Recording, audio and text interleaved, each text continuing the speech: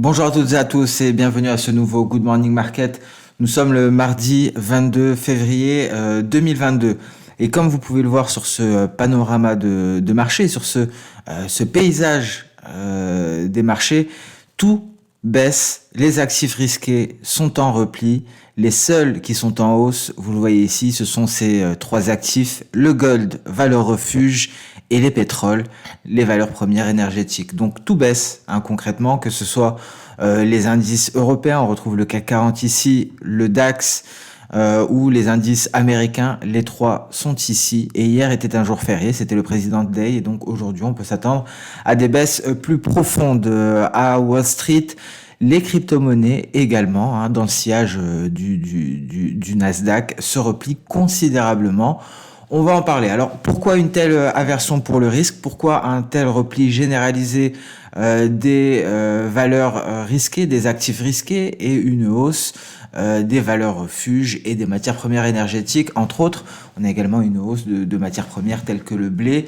Vous l'aurez compris, simplement parce que 30% des exportations de blé proviennent de la Russie et de l'Ukraine. Alors, dans un premier temps, les indices européens hier ont effacé leur hausse de début de séance, et la clôture s'est faite dans le rouge. Des clôtures de 0,39% à 2% de baisse.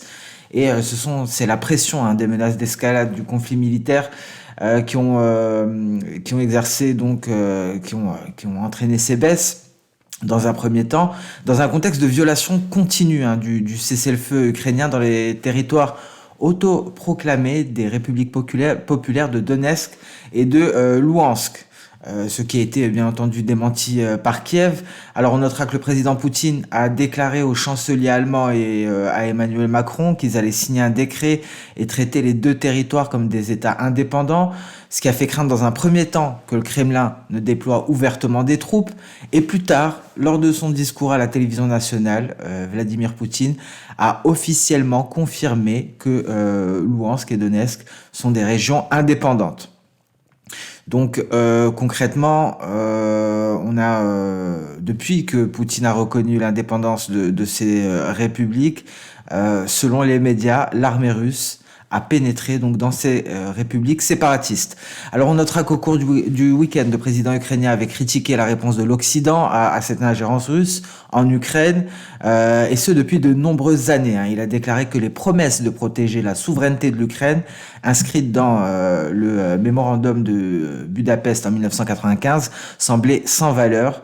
Il a donc appelé l'Occident à envoyer davantage d'armes et à imposer immédiatement des sanctions préventives. Il a dit que effectivement, à partir du moment où il serait bombardé, les sanctions n'auront plus aucun impact, aucune raison d'être. Alors à l'heure actuelle, il y aura effectivement des sanctions. Les États-Unis ont déclaré qu'ils allaient annoncer ces nouvelles sanctions contre la Russie avec leurs alliés. Le Japon se joindra aux États-Unis pour imposer des sanctions à la Russie. Donc voilà un résumé un petit peu de la chronologie des faits. Nous en sommes là, nous attendons la liste des sanctions promises par les États-Unis, mais également par le Japon, et donc cela aboutit à tous ces mouvements. Lorsqu'on connaîtra les sanctions selon leur ampleur, on aura certainement un approfondissement de ces baisses. On notera d'ailleurs qu'en cas de conflit direct en Ukraine, Goldman Sachs envisage la possibilité d'une baisse de 6% supplémentaire. Donc là, par exemple, on a déjà baissé d'environ 5% depuis l'escalade des tensions, 5,6% par exemple sur le Dow Jones, et donc on pourrait s'attendre à 6% supplémentaires, et on va très prochainement entrer en bear market sur le Nasdaq. Souvenez-vous, nous sommes en territoire de correction, c'est-à-dire en repli de plus de 10%, pardon, depuis les récents sommets. Donc depuis ici, nous sommes en territoire de correction et nous allons bientôt entrer en bear market, c'est-à-dire en baisse de plus de 20% depuis les récents sommets sur le Nasdaq. Donc voilà pour la situation géopolitique. On notera également qu'on a eu, donc hormis ces préoccupations géopolitiques, quelques commentaires au quiche de la Réserve fédérale américaine, notamment de Bowman. Donc c'est tout ce qu'il y avait, grosso modo. et c'était vu que c'était un jour férié, le président DAI, ce qui a pesé principalement, ce sont ces tensions géopolitiques. Alors à présent, on va aller faire une revue plus approfondie. Vous voyez l'indice russe qui s'est replié hier en journalier. Donc ici, on a eu un gap haussier, donc on va compter à partir de là, on a eu une baisse de plus de 15%, donc c'était du 16,18%. On tente de rebondir. Alors ce que l'on avait annoncé, effectivement, c'était un signal de baisse en cas de cassure du seuil psychologique, du seuil des 1300 points. Ce seuil a été largement pulvérisé et vous voyez, on est aux alentours de ce niveau. On est en pullback aux alentours des 1150. C'était un des niveaux que l'on avait ici sur ce graphique, étant donné qu'on suit de très près l'indice russe depuis 15 jours. La prochaine résistance est aux alentours des 1200 points, mais on pourrait approfondir davantage la baisse pour aller chercher le seuil psychologique des 1000 points. Ici, je vous rappelle que ce rectangle jaune provient d'ici, ça a dupliqué la baisse suite à la propagation du Covid. Et vous voyez ici, la cassure des 1300 points avait entraîné un approfondissement des baisses. Donc voilà pour l'indice russe. Le DAX également se replie considérablement. On en parle depuis quelques jours également, ce nuage hebdomadaire qui est intégré. On a cassé ici la borne inférieure de la configuration du broadening pattern et l'objectif est à 13 390 points. Donc on envisage à présent ces objectifs. Ce n'était que des hypothèses lors des précédents Good Morning Market. Il y avait toujours du conditionnel s'il y a une escalade des tensions. Donc là, il y a eu escalade des tensions, donc il y a eu signal de vente ici à la sortie de la figure de ce broadening pattern, de ce biseau d'élargissement et en plus la cassure du point B à 14 845 points. Donc voilà l'objectif et on est à l'heure actuelle à l'intérieur, concernant le DAX, à l'intérieur du nuage hebdomadaire. Gros support tout de même ici à noter aux alentours des 13 700 points. C'est notre SSB hebdomadaire. Et donc voilà pour le DAX en données journalières, en données H4, pas grand chose, vous voyez, on s'est tout simplement effondré. Le Nasdaq, donc on en parlait au début, ici vous voyez, depuis que l'on est sous les 15 185 points environ, on est en correction. Toute cette zone, c'est une zone, c'est depuis le moment où on est entré en zone de correction. Donc moins 10%, on a tenté dans un pullback de s'extraire de cette zone de correction et on a rencontré notre Kijun ici en palier, souvenez-vous, qui a freiné ses hausses et on est reparti à la baisse et la Kijun a accompagné ces baisses. Alors à présent, le risque, c'est d'entrer en bear market. En bear market, c'est-à-dire en baisse de plus de 20% depuis les récents sommets. Donc c'est le risque actuellement pour le Nasdaq. Donc une entrée en bear market et donc une cassure des 13 373 points. Donc repli de 20% depuis les récents sommets. Vous voyez ici, on a 20% très exactement, alors qu'ici en territoire de correction, c'est à partir du moment où on a 10%. D'ailleurs, je n'ai pas été très précis. C'est un petit peu plus bas. Voilà. Le Nasdaq en données H4, pareil, pas grand-chose. On a peut-être une projection ici, projection E, qui nous donne un objectif de court terme. Cet objectif de court terme est à 13 360 points et nous permettrait de finaliser cette vague qui est baissière. Donc je vais ici la mettre en rouge. Ça nous donne une target de très court terme. S&P 500, même topo, les graphiques se ressemblent énormément. Ici, on ne peut pas avoir de projection parce qu'on a retracé toute la baisse depuis la projection V et le Dow Jones en données H4. Ici, on a un gros support aux alentours des 33 250 points. Donc voilà pour les indices boursiers. On passe à présent sur le compartiment des crypto-monnaies. Gros repli pour les crypto-monnaies également. Vous voyez finalement, comme le Bitcoin a longé le nuage, on a invalidé la figure parce qu'on parlait beaucoup. On avait émis dans un premier temps une hypothèse, une figure en épaule tête-épaule inversée. Voici les deux épaules et voici donc la tête.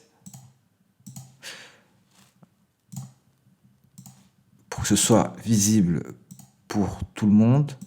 Donc, alors je n'arrive pas à l'afficher. Donc, on avait ici émis cette hypothèse-là, et donc cette hypothèse est complètement invalidée. On a cassé, si vous voulez, la ligne de tendance qui relie les différents creux. Et donc les différents éléments de ma figure en épaule tête épaule inversée, elle est complètement invalidée. Donc on est visiblement en train de longer le nuage. Pour le moment, on pourrait avoir une chance de se redresser par la suite. À partir du début du mois de mars, hein, on a un nuage ici qui sera relativement faible avec un twist. Donc c'est le scénario que j'envisage pour le moment. On pourrait approfondir la baisse sur les crypto-monnaies. On pourrait aller chercher par exemple les 35 000 dollars avant de rebondir. On pourrait même aller plus bas peut-être pour aller chercher ici les 33 000 dollars. En tout cas, tout dépendra de la situation en Ukraine d'une manière générale. Et ici, hein, la baisse est en train de s'approfondir. On va le voir plus clairement en données H4. On avait une première projection d'Osoda ici. On a effectué un pullback et on est en train de s'effondrer. Pareil pour l'Ether. Dans le sillage des valeurs technologiques, on l'a vu par exemple, le Bitcoin est fortement corrélé au Nasdaq, donc repli considérable de l'Ether. On peut envisager une reprise haussière par la suite au début du mois de mars qui permettrait une traversée du nuage enfin, et c'est cette traversée du nuage qui nous donnera le signal d'une reprise haussière. Et avant cela, ce que l'on aura, l'indication que l'on va surveiller, c'est le franchissement de ce niveau des 50, la zone de neutralité de notre RSI. Ethereum en données H4, on peut le voir, on a atteint une projection d'Osoda ici en début de matinée. C'est le creux qui a été atteint aux alentours des 2500 dollars. Et donc ici, on a deux projections d'Osoda qui nous permettent d'accompagner la baisse. La première au sommet du 10 février et la seconde qui a été entamée le 18 février. Voilà pour les crypto-monnaies. On passe à présent sur le compartiment des matières premières. Le gold qui s'installe enfin au-dessus des 1900 dollars. Donc, aversion pour le risque, on va vers les valeurs refuges. C'est le retracement externe de Fibonacci à 127,2%. On le voit ici en données H4 et il faudra s'installer au-dessus pour espérer poursuivre et espérer aller chercher d'autres résistances au-delà des 1922, aux alentours des 1950 dollars l'once. Le pétrole également gagne du terrain grâce à l'escalade des tensions. Et donc un pétrole qui était, on l'a dit hier, tiraillé entre le retour de l'offre iranienne, ce qui avait une pression baissière, qui dit hausse de l'offre, dit baisse des cours. Et ici, on a l'escalade des tensions qui laisse craindre une baisse de l'offre de pétrole russe notamment. Et donc, pour le moment, c'est la hausse qui l'emporte au vu de l'escalade des tensions en données H4. On retraverse le nuage, signal d'achat ici avec validation par la lagging span. Donc tout laisse penser qu'on pourrait avoir un repli éventuellement en direction des 92,60 avant de repartir de plus belle, repartir à la hausse. Et c'est peut-être la dernière impulsion avant les 100 dollars le baril pour le WTI. 100 dollars le baril, on le verra bien avant sur le Brent. Le gaz naturel a toujours du mal à sortir son nuage et à partir du moment où c'est fait, on pourra espérer un retour au-dessus du seuil psychologique des 5, dernier rempart avant les 5,500. Le blé ici est sur le point de valider son signal d'achat, on en a parlé et on a une lagging span qui va peut-être se désengager, sinon on peut s'attendre à un repli en direction de 805 de notre SSB. Ça se matérialiserait ici par une lagging span qui se replie avant de repartir avec un peu plus d'élan pour sortir de son nuage. On termine par le marché des changes avec le billet vert, un billet vert donc qui gagne du terrain, signal d'achat validé sur le billet vert et donc une hausse qui est en train de se déployer peu à peu. Et ici en données H4, on a également un signal d'achat. Vous voyez, on est sorti du nuage et on attend la validation qui interviendra lorsqu'on se hissera au-dessus des 96 300. Et donc l'euro-dollar se replie à nouveau en pullback sur l'oblique baissière ici, je vous le rappelle, qui relie les différents sommets depuis le 25 mai 2021. GBP/USD en retrait aux alentours des 1,3573. Et sur ce Good Morning Market touche à sa fin. Merci à toutes et à tous pour votre temps et votre attention. Alors je vais faire une vidéo spécialement dédiée à la situation en Ukraine. Elle sera publiée en début d'après-midi. On pourra aller beaucoup plus loin que lors de ce Good Morning Market. Merci à toutes et à tous. Excellente journée et je vous donne rendez-vous un peu plus tard dans la journée. Au revoir.